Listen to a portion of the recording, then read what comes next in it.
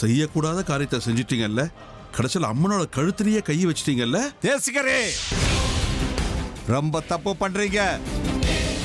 ஆதாரம் இல்லாம குற்றம் சுமத்துறது உங்களோட பிறவி குணம் போல இருக்கு. வாய் சொல்லுது, ஆனா உங்க வாயில வர வார்த்தைய கண்கள் ஆமோதிக்க மாட்டேங்குது.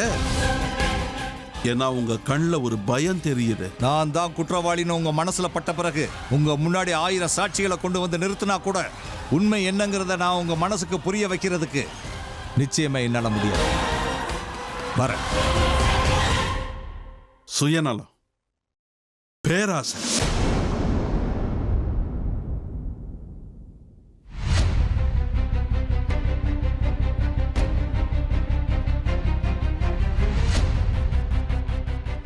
அம்மா ஒரு நிமிஷம் நில்லுமா. மல்லி, நாம இங்க இருந்து போயிடலாம் வா. அவர் வேற யாரும் இல்ல, தேசிகர் தான். அவர்கிட்ட பேசிட்டு போலாம், அவர் ரொம்ப நல்லவரு. ஆமாமா, ஏன்னா அவரோட ஆசீர்வாதம் நமக்கு ரொம்ப முக்கியம். மல்லி, அவர் ரொம்ப பவர்ஃபுல்லாமே. ஆமா, அவர் சௌடீஸ்வரிய பூஜை பண்றவரு. அவர் கூப்பிட்டா சௌடீஸ்வரி வந்து பேசுவாங்களாம். ஓ, அது ரொம்ப நல்ல விஷயமாச்சு. நான் உங்ககிட்ட கொஞ்சம் பேசணும். சொல்லுங்க, நான் ஃபுல்லா ஃப்ரீ தாங்க, தாராளமா பேசலாம். நான் இப்ப பேசணும்னு சொன்னது இவகிட்ட. சரி பேசுங்க. இவ என்னோட சிநேகிதி அமிர்தா, ரொம்ப தூரத்துல இருந்து வந்திருக்கா. நான் உங்ககிட்ட கொஞ்ச நேரம் தனியா பேசலாமாமா? பேசிட்டு வா அமிர்தா, பயப்படாத. நாங்க 2 பேரும் அந்த பக்கமா போய் நிக்கிறோம். வாமா.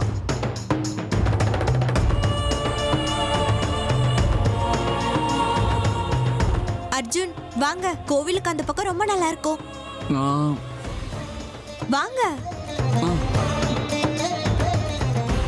ஆமா, என்ன பேசணுங்கிறதுக்காக நம்ம 2 பேரையும் அனுப்பிட்டாரு. அது ஆண்டவருக்கு தான் தெரியும் மல்லி.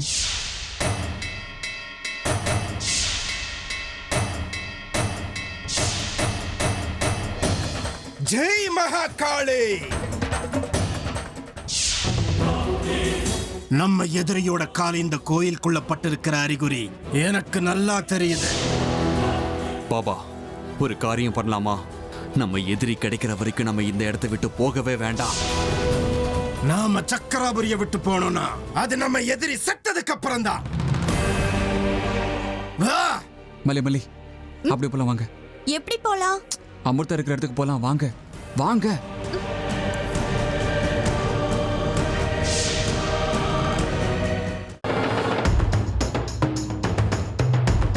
யாருமா நீ?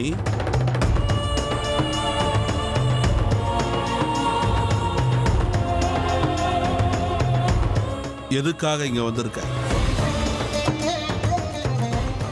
என் பேரு அமிர்தா. அம்மனை தரிசனம் பண்றதுக்காக வந்திருக்கேன். இல்ல, நீ வெறும் தரிசனத்துக்கு வந்திருக்கேன்னு எனக்கு தோணல. அம்மன் கிட்ட இருந்து உத்தரவு வந்திருக்கு, அதனால தான் வந்திருக்கேன். இங்க இருக்காங்க, வாங்க. அது எனக்கும் நல்லா தெரியும். ஆனா நான் கேட்கறது வேற. நீ யாருன்னு எனக்கு தெரியணும்.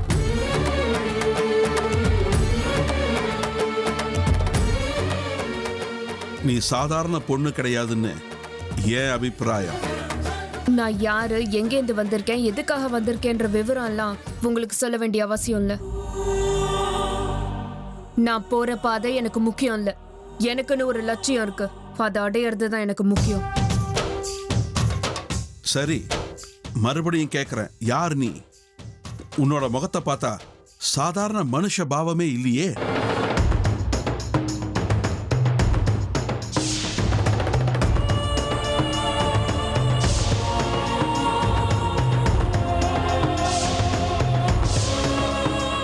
என்னங்க இவரு அமிர்தாவை பார்த்து சாதாரண மனுஷங்களோட பாவனையே தெரியலங்கிறாரு.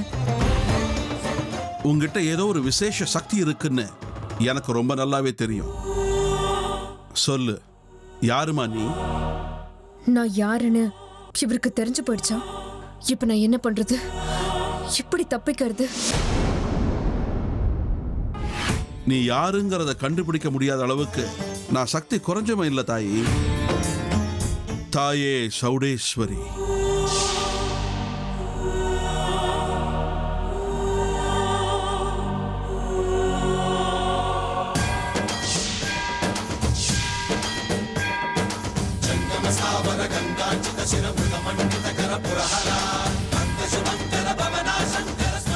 நான் யாருங்கிறது உங்க ஞான திருஷ்டியில தெரிஞ்சுக்கிட்டீங்கன்னு எனக்கு தெரிஞ்சு போச்சு.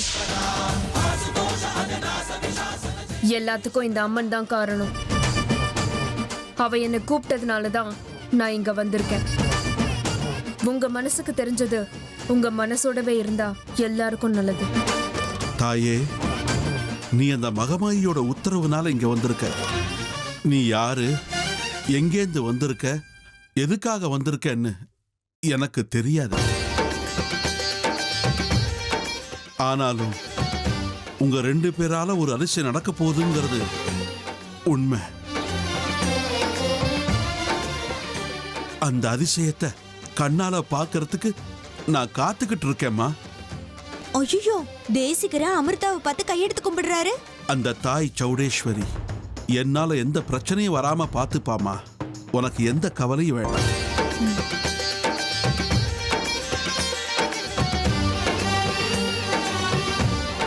இவ்வளவு அதிசயங்களை என் கண்ணால பாக்கிறதுக்கு நான் ரொம்ப புண்ணியம் பண்ணிருக்கணும்.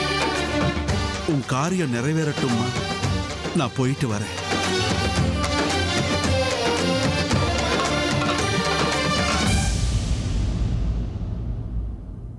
அமிர்தாவை பார்த்து அவரையும் கையெடுத்து கும்பிடுறாரு. கேட்டே ஆகணும்.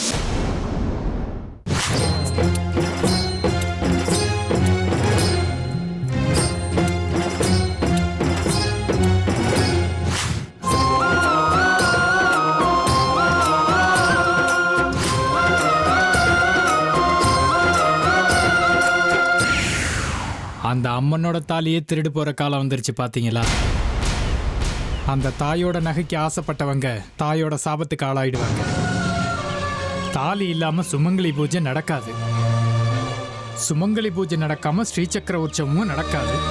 இப்படியே போனா சக்கராபுரிக்கு நல்லதே நடக்காது. அம்மனோட தாலி நிச்சயமா கிடைக்கும் அர்ச்சகரே.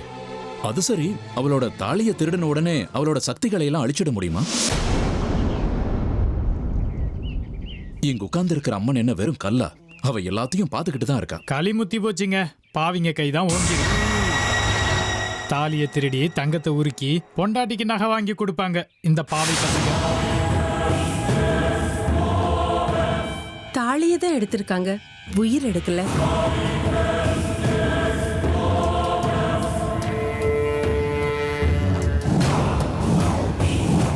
அந்த அம்மனோட சக்தியை குறைக்கிறதுக்கு மனுஷங்க நாம யாரு? யாரு என்ன செஞ்சாலும் அம்மனை அசைக்கவே முடியாது. நாங்க இப்போ நிம்மதியா வாழ்ந்துட்டு இருக்கோம்னா அதுக்கு காரணம் அந்த தாய் தான். அம்மனுக்கு சுமங்கலி பூஜை நிச்சயமா நடக்கும். அம்மன் மறுபடியும் பிரகாசமா வருவா.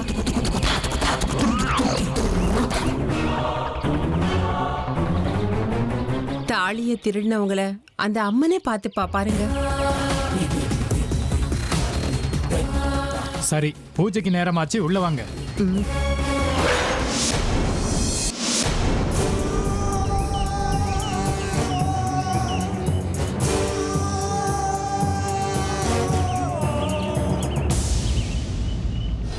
இங்க என்ன பண்ணிக்கிட்டு இருக்கீங்க? அது வருஷம் நாங்க விசேஷ பூஜை பண்றதுக்கு இங்க வருவோம்.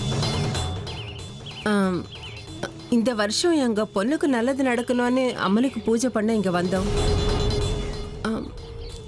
இந்த வருஷம் என்னமோ யாரோ கெட்டவங்க அம்மனோட தாலி திருடிட்டாங்களா? அவங்க எல்லாம் நல்லா இருப்பாங்களா சொல்லுங்க? நீங்க விக்ரம் தானே? ஆமா. நீங்க விஷ்ணுவோட தம்பி ருத்ரா தானே? ஆமா. பூஜைக்கு நேரமாச்சு, சீக்கிரம் வாங்க.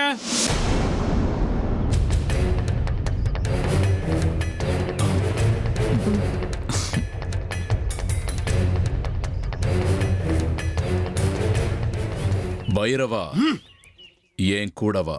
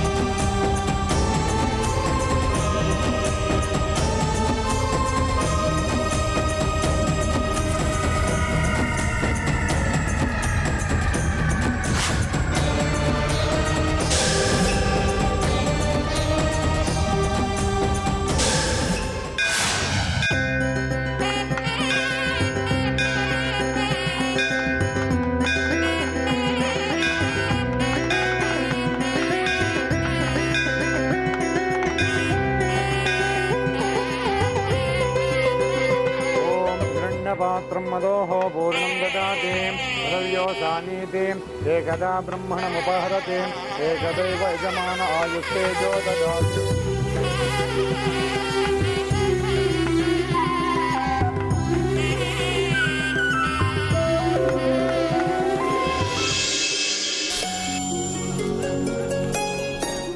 தாத்தா தாத்தா ஆ? யாருப்பா நீ? உங்களை பார்க்கும்போது எங்க தாத்தா மாதிரி அப்படியே இருக்கீங்க. உங்க முகத்துல ஏதோ ஒரு கலர் இருக்கு. உங்களை பார்க்கும்போது எப்பவும் கையெடுத்து கும்பிடும் போல இருக்குங்க. ஆனா நீங்க ஏன் யாழ் முன்னாடி கையெடுத்து கும்பிட்டீங்க?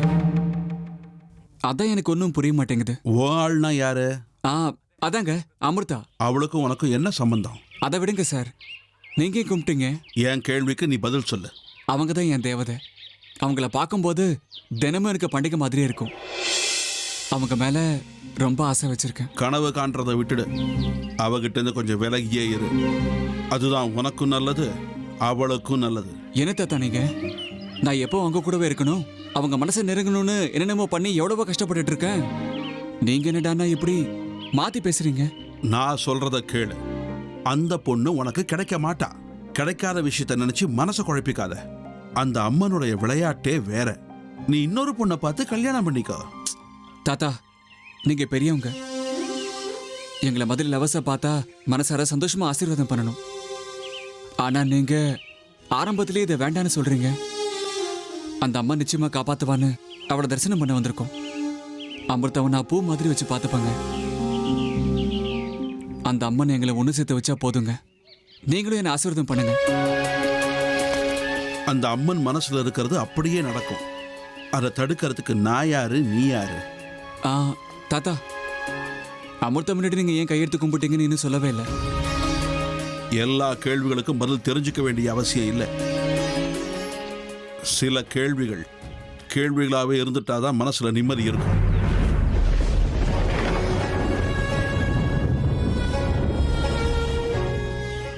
இவர் ஏன் கையெடுத்து கும்பிட்டாருன்னு புரியவே இல்லையே.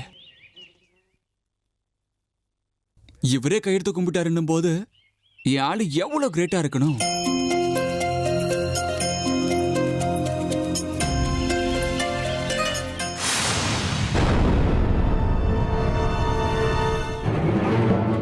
எவ்வளவு கஷ்டப்பட்டாலும் அந்த அம்மனுடைய சக்தி மட்டும் குறையவே மாட்டேங்குது.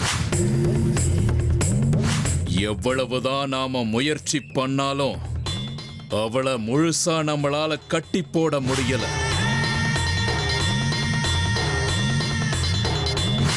திருமாங்கல்யத்தை திருடியாச்சு கடிக்கு. அதனால அம்மனுக்கு இப்ப சுமங்கலி பூஜை நடக்க போறது இல்ல.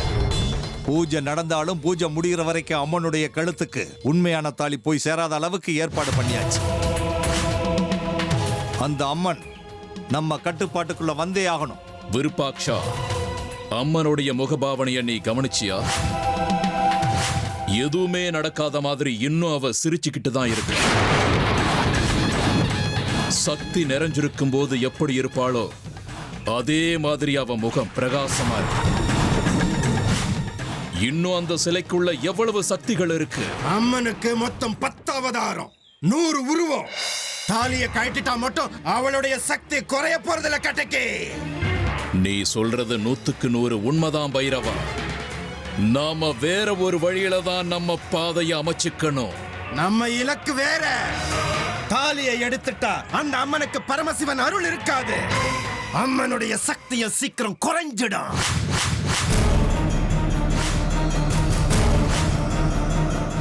ஆமா விருப்பாக்ஷா, ஸ்ரீ சக்கரம் பூமிக்கு மேல வந்ததுக்கு அப்புறம் அத சாஸ்திர சம்பிரதாயப்படி குளத்துல மூழ்கி எடுக்கிற சம்பவம் இருக்குல்ல.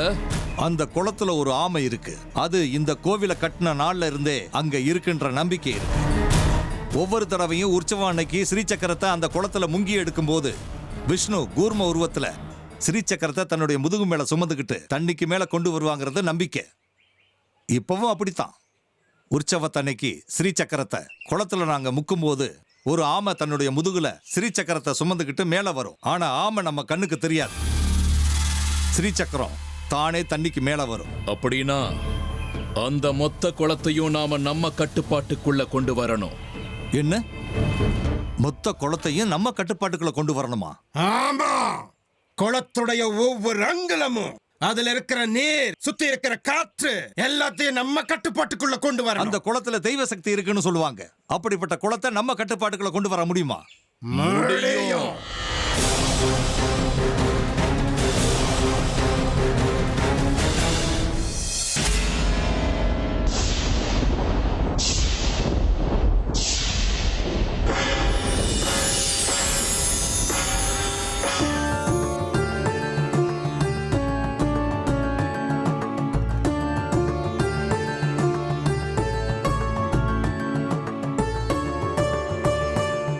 எங்க அம்மாவோட தேகத்தை தொலைச்சிட்டு வேதனையில இருக்க. இந்த உலகத்துக்கே அம்மாவான உன்னை நம்பி உன் சன்னதிக்கு வந்திருக்கேன். எனக்கு நீதாம்மா உதவி பண்ணணும். எனக்கு ஒரு வழி காட்டு. எனக்கு சக்திகள் கொடுமா.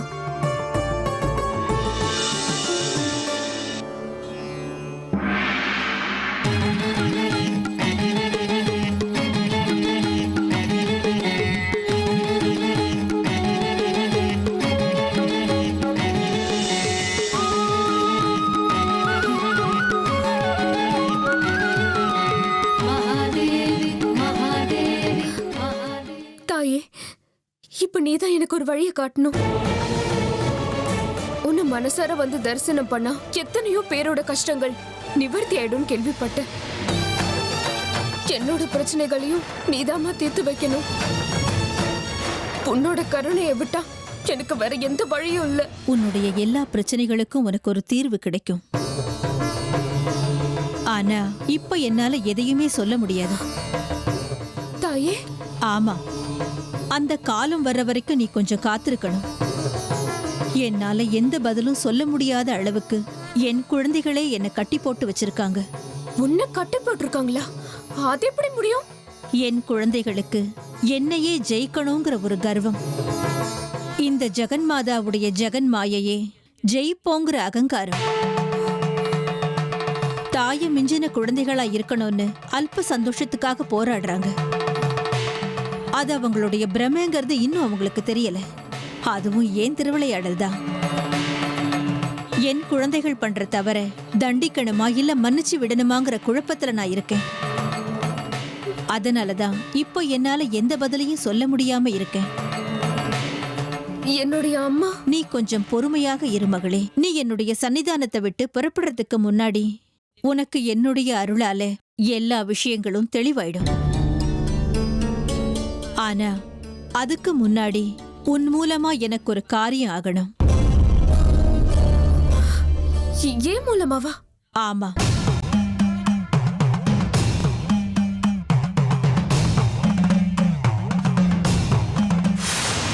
ஸ்ரீ சக்கரம் மேல வந்ததுக்கு அப்புறம் அதை கொண்டு போய் குளத்துல தானே மூழ்க வைப்பாங்க.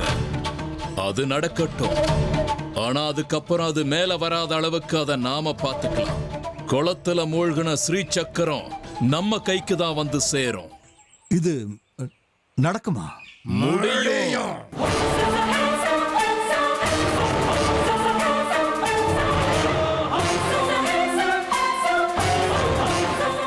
குளத்துல இருக்கிற தண்ணி, அதை சுத்தியுள்ள காத்து எல்லாத்தையும் நம்ம கட்டுப்பாட்டுக்குள்ள கொண்டு வரணும். அப்படி அது நம்ம கட்டுப்பாட்டுக்குள்ள வந்ததுக்கு அப்புறம் அதுல சேர்ற எல்லா விஷயமும் நமக்கு சொந்தமாயிடும். விருப்பாக்ஷா, ஸ்ரீ சக்கரம் மேல வராது. அது அந்த அம்மன் கிட்ட போய் சேராது. ஆனா இப்போ அந்த காரியத்தை நாம எப்படி பண்றது? பஞ்சபூதங்களும் நம்ம கட்டுப்பாட்டுக்குள்ள வரணும். குளத்தை சுத்தி இருக்கிற பூமி, ஆகாயம், வாயு, அக்னி, குளத்துல இருக்கிற நீர் எல்லாம் நம்ம கட்டுப்பாட்டுக்குள்ள வரணும். நான் என் தேவதையுடைய அருளை எப்படியாவது அடையறேன். சித்திகளுக்கெல்லாம் அது தேவதை அவ. இந்த சிருஷ்டிக்கு முன்னாடி ஜல பிரளயத்துல பிறந்த மகா தேவதை அவ.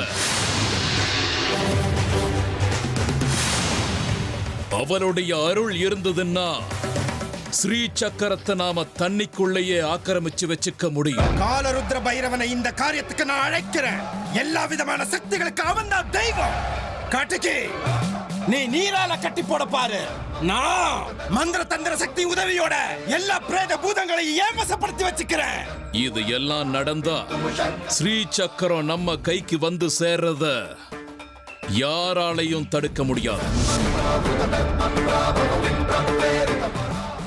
சரி, ஏற்பாடுகள் ஆரம்பிக்கும்.